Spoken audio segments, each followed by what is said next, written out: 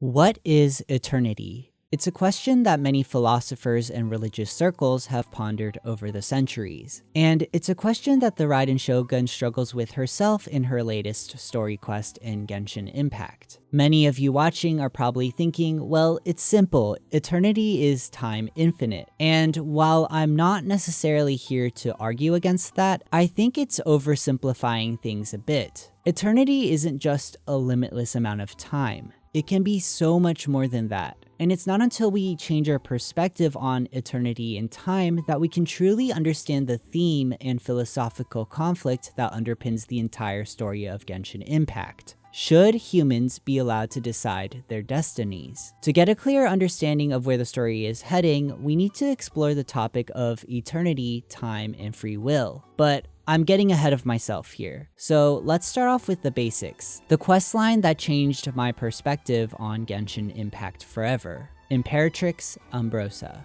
In Act 2 of the Raiden Shogun story quest, the Traveler and Paimon help A with defending the sacred Sakura from rift towns that have mysteriously appeared in the region. As they clear out the monsters, A and the Traveler encounter manifestations of the people and memories from the Cataclysm 500 years ago. This prompts A into recounting some of the events that transpired, and she reveals to us that 500 years ago, her sister Makoto suddenly left Inazuma to address a situation in Conria. After realizing what Makoto had done, A quickly set out to Conria to find her sister, but by the time she arrived, Makoto was already unconscious and dying. In her desperation, A jumped into Makoto's plane of consciousness, preserving it and bringing it back to Inazuma. After her return, A noticed the sudden appearance of the sacred Sakura, which she was able to use to repel the forces of the abyss. Because of this, A speculated that the sacred Sakura was somehow linked to Makoto's plane of consciousness. After reflecting on her past, A comes to the realization that her pursuit of a static eternity was restraining her people's wishes for a better future. Shortly after this, A loses control of her body and reveals that the puppet Raiden Shogun is rebelling against her due to changes in her perspective on eternity. In response, A takes the Traveler and Paimon to Makoto's plane of consciousness to confront the puppet Raiden Shogun.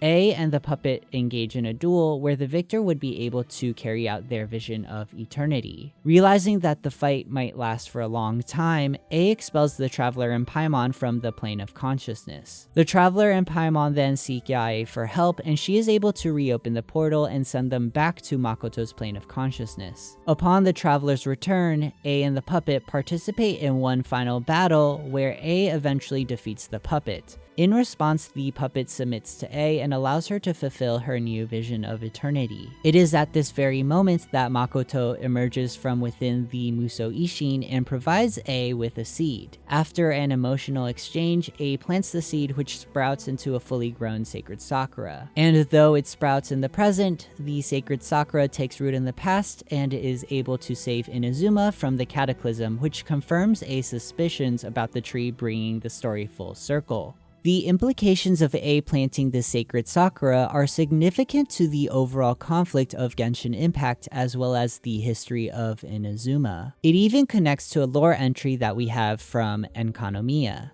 In the Parable of the Tree from the Byakuya Koku collection, we are told the story of a gardener who laments the fact that he must chop down a tree that takes 500 years to grow. A priest, who is the incarnation of the god of time, comforts the gardener, telling him to plant the branches of the tree because his one thought shall echo through eternity. The gardener listens and plants the branch, which instantly sprouts into a fully grown tree. Similarly, the seed that is planted by A instantly sprouts into the fully grown sacred Sakura. But what is causing the explosive growth of these trees? In the dialogue at the end of A's story quest, she speculates that Makoto may have been assisted by a higher being, Istaroth, the god of time. However, if Istaroth helped Makoto, that would mean that they had some foreknowledge of the future for their plan to work. In other words, Makoto needed to at least have an idea of how the future would unfold, otherwise all her planning would have been pointless. Interestingly, the questline itself hints at the idea that somehow Makoto and Istaroth were aware of future events. In the cutscene where Yae sends the Traveler and Paimon back into Makoto's consciousness, the memories of the Traveler from the past and present are being replayed as he moves through dimensions. However, there is one memory that doesn't fit in with the others. In Ashikai's video on this questline, which I will link down below, she points out that a few of these shards of memory depict something we haven't seen yet, a field of Cecilia's. Looking into this more, I realized that this field of Cecilia's directly links back to the Teyvat chapter storyline preview. In the trailer preview, the Traveler ends his journey in a field of Cecilia's, which means that we could be getting a glimpse into the future. If this is the case, it means that the Traveler is somehow experiencing the past, present, and future at the same time in this cinematic. Additionally, it also confirms that Makoto's plane of consciousness transcends the laws of time, which also explains how the sacred Sakura was able to fully grow in an instant. Given this information, it would logically follow that Istaroth, the god of time herself, transcends the boundaries of time. The parable of the tree appears to confirm this, saying, "For it is the god of moments who is able to take seeds from this moment into the past and the future." Upon first glance, it seems like the parable is saying that Istaroth is capable of time travel, which would make sense because she is the god of time after all. However, additional entries on Istaroth challenge this notion. Another entry from the Byakuya Koku collection elaborates on this, and it reads as follows. "She was the moment. She was every moment. She was the measure of 1,000 winds and the sun and the moon. She was every second of joy, every moment of rage, every instant of longing, every minute of obsession. She was every flash of delirium. We call her Kairos, or the ruler of the unchanging world." Wait a minute. It says that Istaroth is the ruler of the unchanging world. How is that even possible? Doesn't the existence of time imply that a change will occur? Well, let's talk about it. As humans, we are bound to and programmed to experience time in a linear fashion. From our perspective, the past progresses into the present, which builds into the future. Take an apple as an example. At the current moment, the apple is resting on the table. That is our present moment. As humans, we can't go back to a time when the apple was still on the tree, nor can we jump forward to a time when the apple has completely rotted. All we can experience is the apple in its current state, in front of us on the table. This is linear time, and this is the way humans have been programmed to experience time. But what if that's not the case for Istaroth? You see, for Istaroth to have helped Makoto, it would mean that every future moment must have been known to her. She would have needed to know that the cataclysm was coming, that Makoto would die, and that A would eventually plant the sacred Sakura in the future. Because if this wasn't the case, then none of this would have happened. Additionally, if Istaroth is indeed the god of moments, and she is in every moment, that would mean that she is in the past, present, and future at the same time. Logically, it would follow that Istaroth experiences time in a non-linear fashion. And if time can be experienced in that way, it changes our definition and understanding of eternity. Something that I believe Makoto was able to grasp to a certain extent. But how does our understanding of eternity change given this information? A Roman philosopher by the name of Boethius once considered this dilemma of eternity in a series of books he wrote known as the Consolation of Philosophy. In his writings, Boethius examines the relationship between time and eternity and ultimately concludes that eternity is the whole, perfect, and simultaneous possession of endless life. The meaning of this can be made clearer by comparison with temporal things. For whatever lives in time lives in the present, proceeding from past to future. And nothing is so constituted in time that it can embrace the whole span of its life at once. Essentially, for a being to be truly eternal, it must exist in an atemporal state or outside of time. By existing outside of time, an eternal being would not experience the past, present, and future. Instead, what we perceive as the past, present, and future in a linear sense would be observed as if it were a present single moment. Similarly, this lines up with descriptions of Istaroth as she is in every moment of time, thus experiencing the past, present, and future all at once. However, an issue we run into here is that this means that a truly eternal being has knowledge of things to come. And this is what Boethius has to say about that.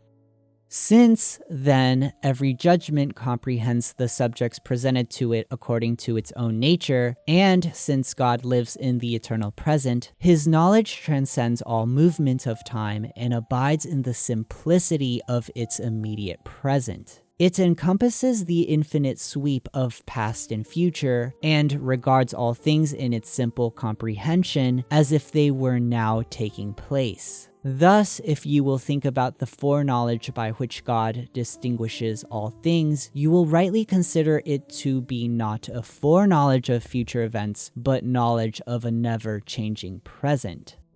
Again, this lines up with the idea that Istaroth is the ruler of the unchanging world. As an eternal being, Istaroth experiences the past, present, and future simultaneously as a single moment or unchanging present. Therefore, the idea of foreknowledge does not exist for Istaroth, rather the knowledge of one present moment composed of the past, present, and future. Unfortunately, given how we as humans are bound to linear time, this idea of eternity can be quite difficult to comprehend. And when going through Boethius's works, I definitely had a hard time digesting the ideas contained within the constellation of philosophy. So, to help illustrate the idea contained within his writings, I think it would be a good idea to use a more concrete example. And in this case, that would be one of my favorite films of all time, Arrival. Originally adapted from the book Story of My Life by Ted Chiang, Arrival explores the ideas of eternity in more concrete terms.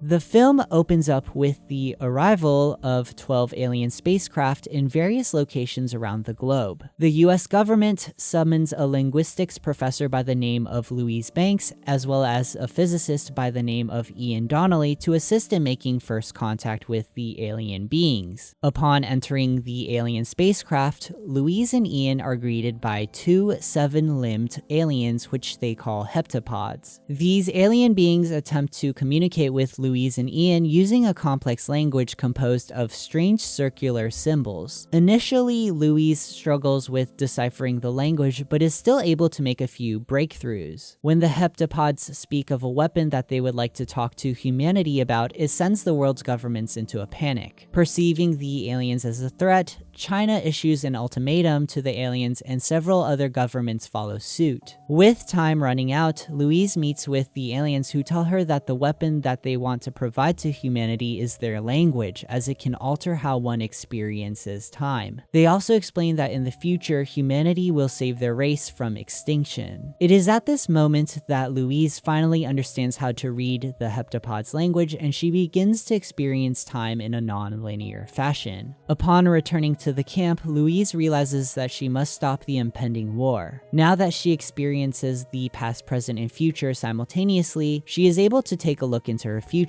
In this future, she is at a UN dinner where she meets with the Chinese General Shang, who thanks her for persuading him to stop the attack. Louise replies she's not sure what he's talking about, and in response, he provides her with his cell phone number and recites his wife's dying words to her. The scene then jumps back to the present where Louise finds a satellite phone and makes a call to General Shang. She recites his wife's dying words to him, which causes the general to call off his attack on the aliens. Other countries follow suit, and peace is restored. After this, the aliens depart, leaving Earth with the knowledge of their language and bringing the world powers together. As you can see, the movie Arrival illustrates Boethius' ideas in a more concrete manner. In the movie, the heptapods communicate using circles, shapes that have no beginning nor end. In doing so, they are able to express all their thoughts at once. This contrasts with how we as humans communicate. All our thoughts and ideas have a clear beginning and end, and this also manifests itself in how we communicate on paper. We write sentences that typically extend horizontally or vertically depending on our language.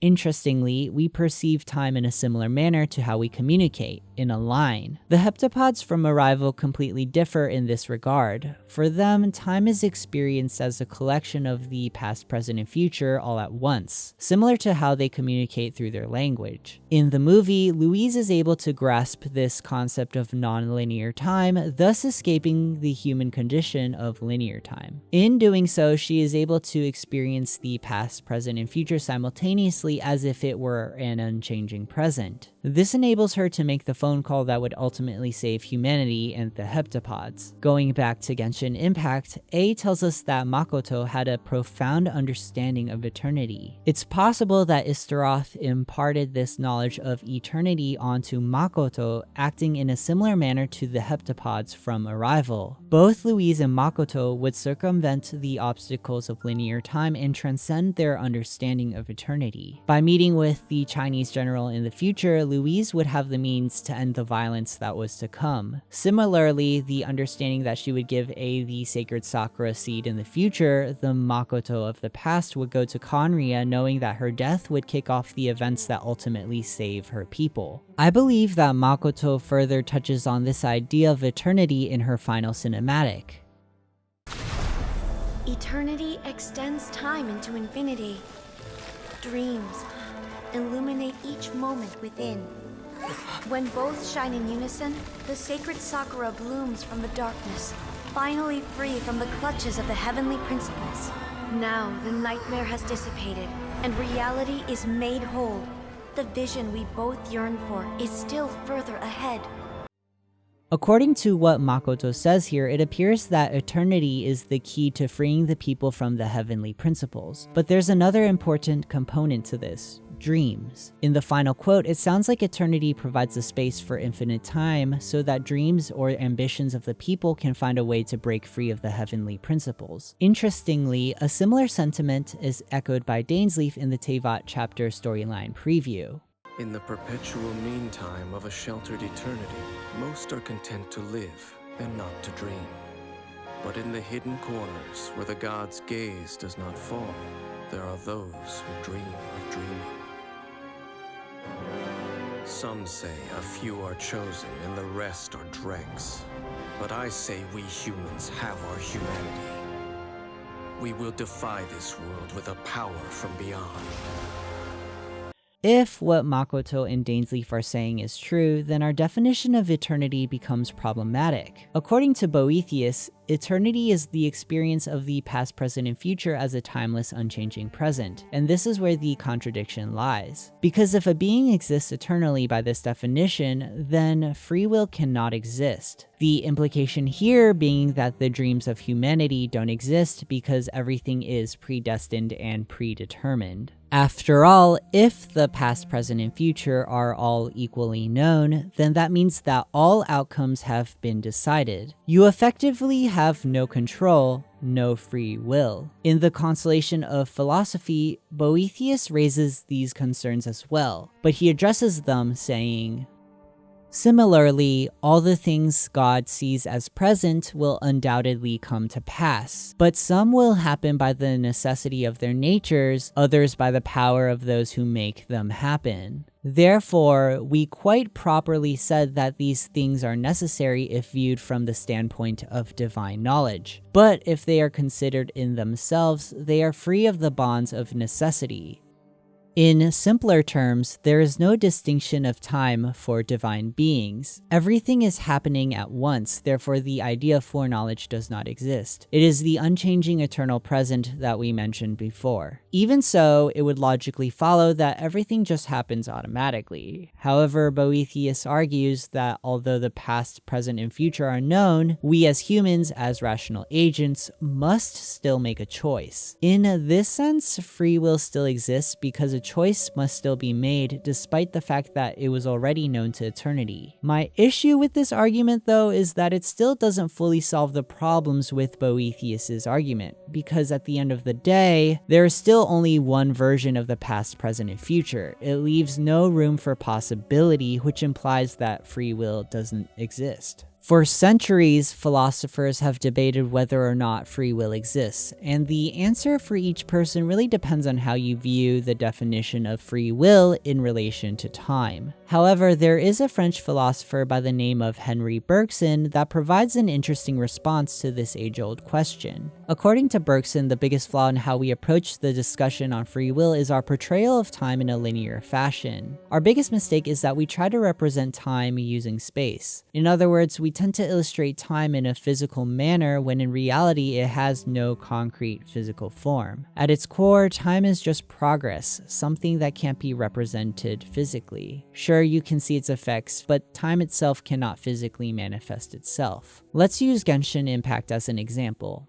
Let's pretend that Ayato's banner has just been released and I'm thinking about pulling on the banner. When we portray my decision in real time, we tend to think of it as a decision tree. So here I am, I've reached point O, where I must decide whether or not to pull on the banner or walk away. This is generally how we conceptualize time in a physical sense. Additionally, most people would argue that free will is preserved in this model because at point O, I have several options to choose from. Bergson would reject this portrayal since time is progression, something we can't represent physically. Instead, he would argue that there are no lines, there is just the moment that a decision must be made because we are a rational free agent. In other words, we create our own reality. If we had to use the previous diagram, only point O would exist because by Bergson's logic, the future is not created till you make a decision, which preserves the idea of free will. In this example, you are not constrained by the choices you could have made because in the moment you can just do whatever you desire. This is Bergson's definition of free will.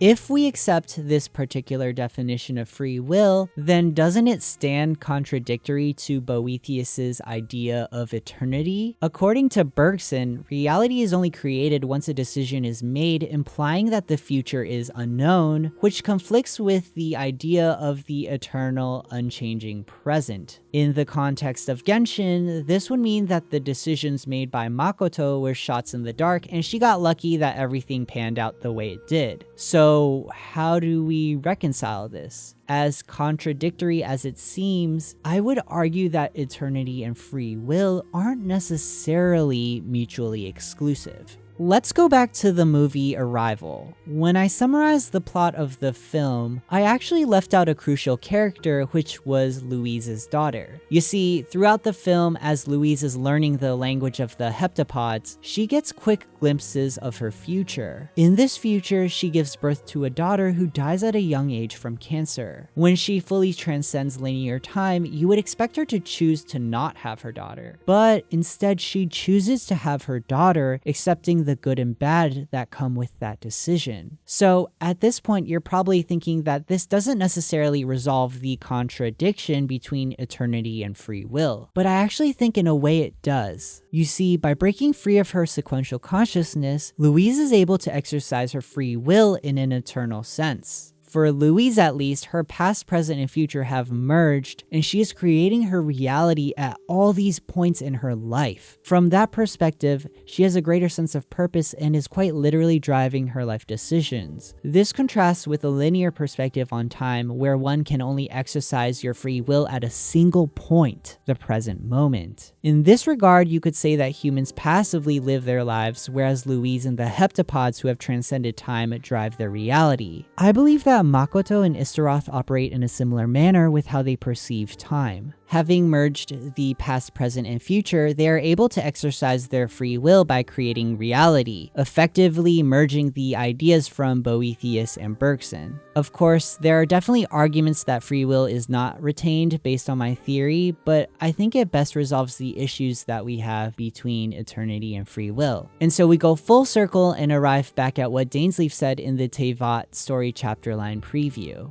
In the perpetual meantime of a sheltered eternity, most are content to live and not to dream. But in the hidden corners where the gods' gaze does not fall, there are those who dream of dreaming. Some say a few are chosen and the rest are dregs. But I say we humans have our humanity. We will defy this world with a power from beyond.